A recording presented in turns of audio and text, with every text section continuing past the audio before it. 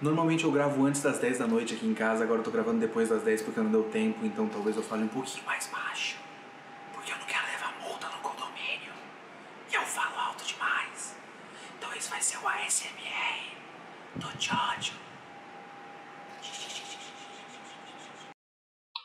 Eu recebi uma pergunta recentemente no Curious Cat que me questionava se eu não ia encher o saco de comentar Jojo toda semana por conta de ele ser episódico.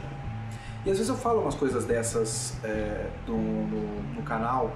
Eu comento que tem algumas séries que eu acho que é melhor comentar o todo e algumas séries que é melhor comentar episódio a episódio. Porque, por exemplo, o Steins Gate Zero, quando eu acompanhei por um tempo e depois eu parei, o Steins Gate Zero era o tipo de série, como eu já tinha dito, que é melhor você pegar o significado geral da coisa do que ficar comentando pontualmente e não ter o sentido da coisa. O Jojo é o contrário.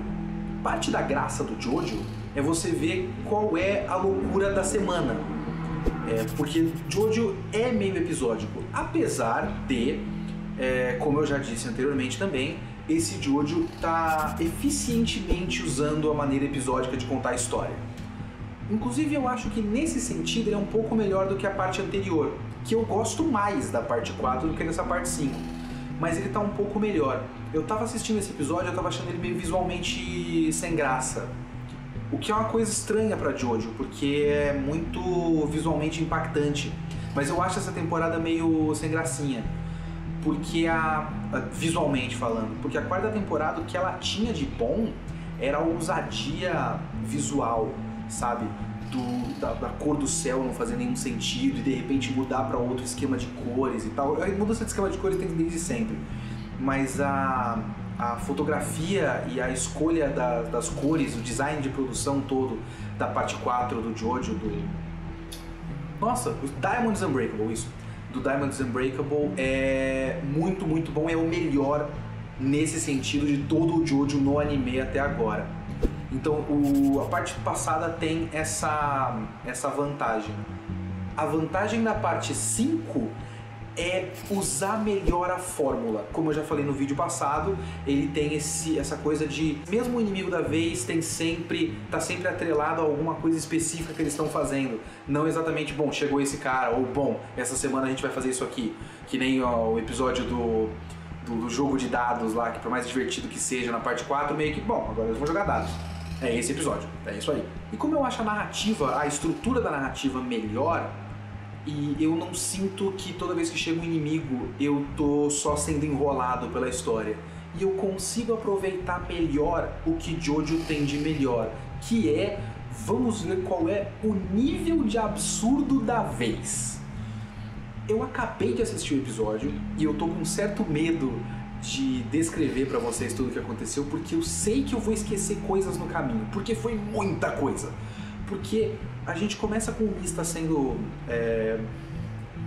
pescado, e aí o Mista, pra tirar o anzol de dentro dele, dá um tiro dentro dele mesmo pro stand dele tirar o bagulho de lá, mas o stand não consegue.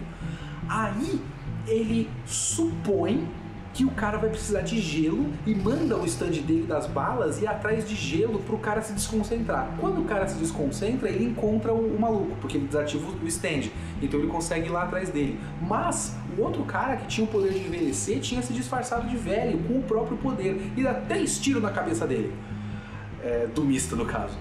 Aí, com o Mista eliminado para os vilões, eles vão pra cabine e falam, bom, esses caras têm que estar em algum lugar. E, bom, a gente tá encontrando, opa, peraí, um cocô de animal, um cocô fresco. Então, tem que ter um animal por aqui, e é lá que eles estão. Óbvio, né? E aí ele encontra a tartaruga. E, talvez pela primeira vez em toda a história de Jojo, alguém se surpreende com as coisas que estão acontecendo. Pra variar. O Peixe, que falou, o quê? Uma tartaruga? É sério? E essa deveria ser a reação de absolutamente todas as pessoas em qualquer situação de Jojo. O quê? Um anzol? É sério? O quê? Cada uma das balas tem uma personalidade? É sério? Todas as vezes devia ter isso. Mas só ele faz isso porque o outro cara, Prosciutto. O outro cara só fala, eles estão aqui! E ele nem se surpreende que todo mundo tá dentro de uma chave nas costas de uma tartaruga. E aí o Bucciarati tá do lado de fora, eles lutam, o Bucciarati faz um zíper no bagulho, no trem, eles vão embora. Então, esse episódio foi legal porque realmente é uma sequência interminável de um absurdo sendo mais absurdo que o próximo, assim.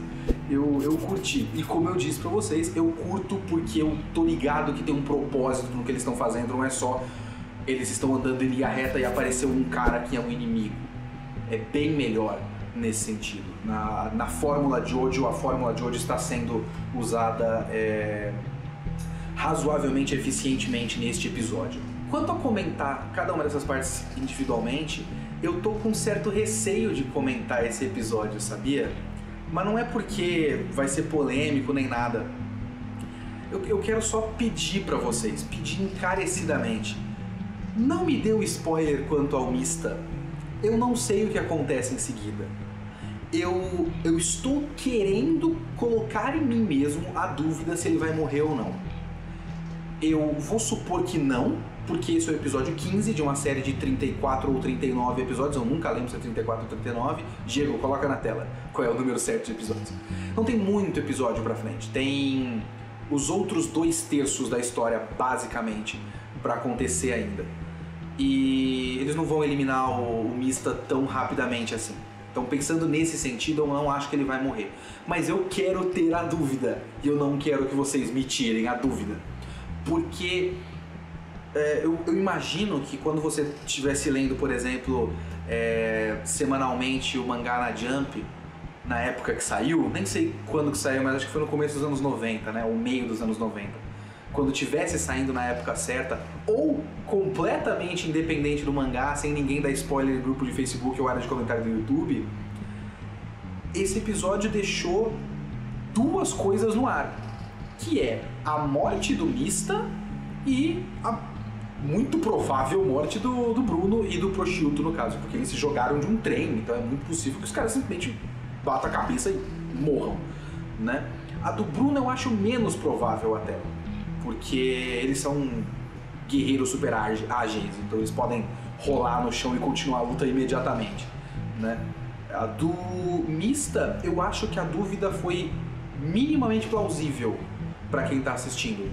Dá pra você terminar esse episódio e pensar, caramba, o Mista pode morrer a qualquer momento, porque as balas detiveram, né? As balas dele, o stand dele, deteve os tiros do cara, mas ele terminou ainda quase tipo se esvaindo, sabe? Ele conseguiu ficar minimamente consciente, mandou o stand dele pra achar o Bruno com um cubinho de gelo e aí a gente foi deixado sem ele se levantar, sem ele ficar bem o suficiente. Então dá pra você terminar esse episódio pensando, bom, ele vai desmaiar e vai morrer, porque mesmo que o stand dele tenha detido 3 tiros, foram 3 tiros a queima-roupa na cabeça, é muito possível que ele morra. Eu quero ficar com a dúvida, não coloquem os spoilers nos comentários, pelo amor de Deus. Como eu venho dizendo faz um tempo nesses vídeos, a parte legal de Jojo é o bullshit, é a bobagem absurda, né? E como eu disse, os absurdos vão se acumulando. E eu gosto dos absurdos, eu gosto da bobagem. Não que toda bobagem vai ser aceitável e super legal. A única coisa que vem me irritando, entre aspas, é a supervalorização do poder do gelo. E assim, tudo bem, você bebe um copo d'água gelada e a sua temperatura corporal abaixa um pouquinho, isso é ciência, tudo bem, vamos aceitar. Mas se o cara tá caçando pela temperatura corporal e o efeito do poder dele aumenta com maior temperatura corporal, um cubo de gelo desse tamanho não vai ser o suficiente pro Bruno chegar quando ele chega e estar perfeito. Porque ele tava um pouquinho envelhecendo quando ele tava na chave. Menos do que todo mundo, né? Mais do que a Trish, mas menos do que todo mundo. E ele chega perfeito, ele chega melhor do que quando ele tava na chave. E com um cubo de gelo. Então, um cubo de gelo não teria todo esse poder dentro da lógica da lógica absurda de tudo que está acontecendo.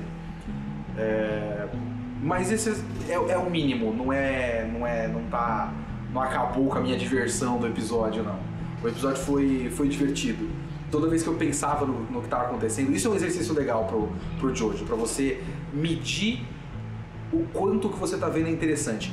Para num momento e pensa, o que está acontecendo nesse momento? Às vezes eles só estão parados numa van. Então eles estão indo de um lugar para o outro, eles estão parados numa van e eles precisam dessa cena. Tudo bem. Às vezes o cara tá sendo fisgado por um anzol mágico e dando tiro nele mesmo para mini balas conscientes arrancarem o anzol de dentro das veias dele, enquanto ele é arrastado no chão por um trem onde todo mundo tá morrendo de velhice, enquanto os amigos dele estão presos dentro de uma chave presa nas costas de uma tartaruga que tá se escondendo nas sombras. E isso é legal.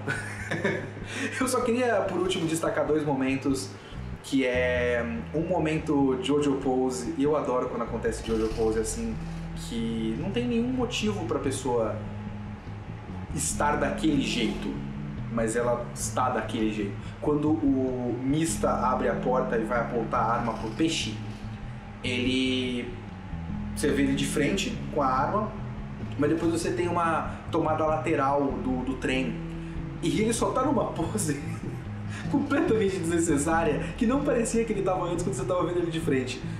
Ele tava assim? Foi engraçado, eu achei engraçado. E o momento mais italiano desse Jojo inteiro, que me fez pensar o quanto eles são não italianos, esses personagens. Eles são muito japoneses, né, no comportamento deles em geral.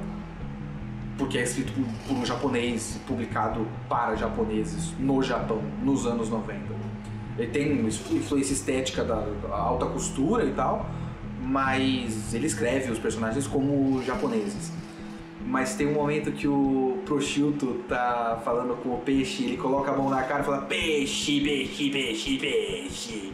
E aquilo foi um momento mafioso italiano dando tapinha na cara, assim, peixe, peixe, peixe. Eu curti. Olha só, de fato, mafiosos italianos, finalmente. Enfim, bom episódio. Episódio legal. Essa parte do Jojo tá eficiente. Eu acho, como eu já disse, pouco atrativo visualmente, tirando as escolhas de design de personagem. Como eu já expliquei, por exemplo, naquela coisa do design do Fugo, que eu não gosto, mas é interessante como conceito. Mas a maior parte dos outros eu gosto bastante. Mas tirando isso, eu acho que ele é pouco inventivo. Tirando momentos pontuais, ele é pouco inventivo na direção, na edição, na estética. Mas tirando isso, a estrutura da narrativa faz com que tudo fique um pouco melhor do que a média do Jojo. E eu tô curtindo. Na outra semana tem VideoQuest 87 na sexta-feira, que vai sair na sexta-feira, no dia 1º, mas vai contar como VideoQuest de janeiro, tá, gente? Vocês vão ter que compreender isso aí. Então saiu um VideoQuest em janeiro. Se ninguém falar nada, ninguém repara. Falou, gente. Obrigado.